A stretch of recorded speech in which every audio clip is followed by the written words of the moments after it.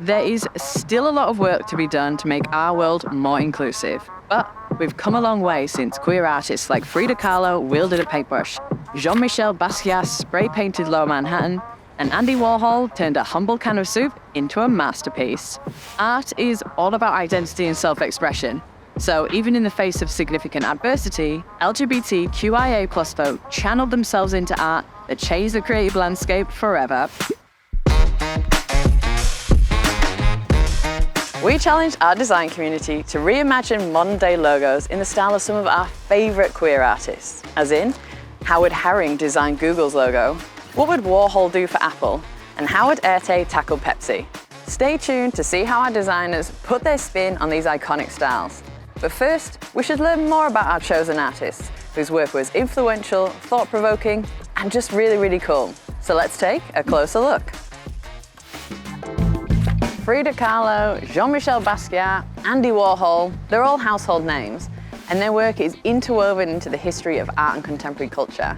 But they lived in a time where queer sexuality was kept private, referenced indirectly, often considered dangerous and even criminal. It's only now that we're able to recognize the fullness of their legacies as both artists and queer folk.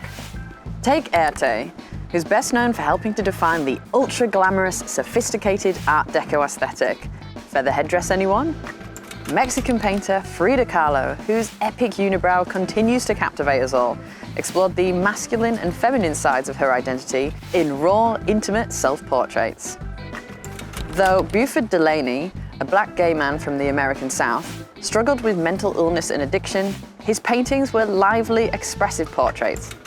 Robert Rauschenberg would scour the streets of mid-century New York for random objects, like umbrellas or even a stuffed goat. Keith Haring, who was openly gay and friends with Warhol and Basquiat, used his work to raise awareness of HIV/AIDS at a time when the disease was shrouded in silence, fear, and stigma. For this video, and to celebrate Pride Month, we challenged our community of designers to reimagine the logos of huge brands that have championed progress and support for LGBTQIA+ folks. By the way, all these brands have been identified by the Human Rights Campaign in their list of best places for LGBTQ+ equality in 2022. So, what happened when we gave their logos big makeovers, inspired by the likes of Frida, Andy, and Keith?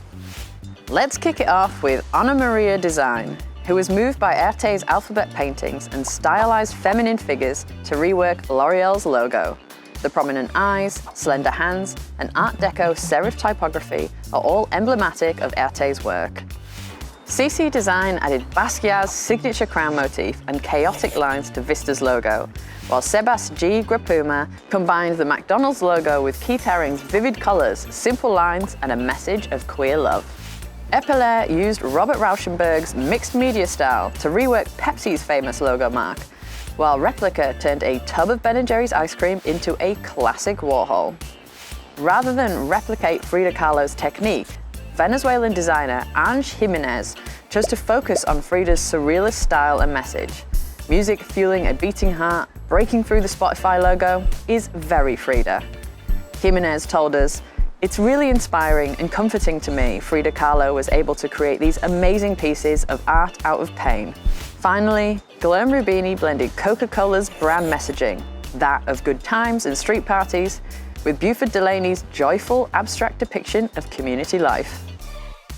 We were so excited to celebrate queer community, culture, and art the way we know best, through great design.